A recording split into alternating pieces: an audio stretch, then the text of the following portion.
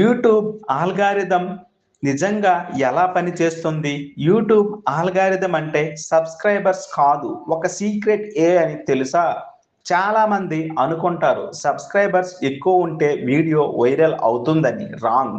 యూట్యూబ్కి సబ్స్క్రైబర్స్ కంటే your behaviour ముఖ్యం. యూట్యూబ్ ఆల్గారిథం మూడు విషయాలు మాత్రమే చూస్తుంది. ఒకటి, click through rate CTR, thumbnail మరియు టైటిల్ చూసి ఎంతమంది క్లిక్ చేశారు.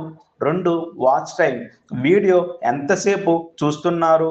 మూడు, ఆడియన్స్ రిటెన్షన్, మధ్యలో స్కిప్ చేస్తున్నారా లేదా పూర్తిగా చూస్తున్నారా.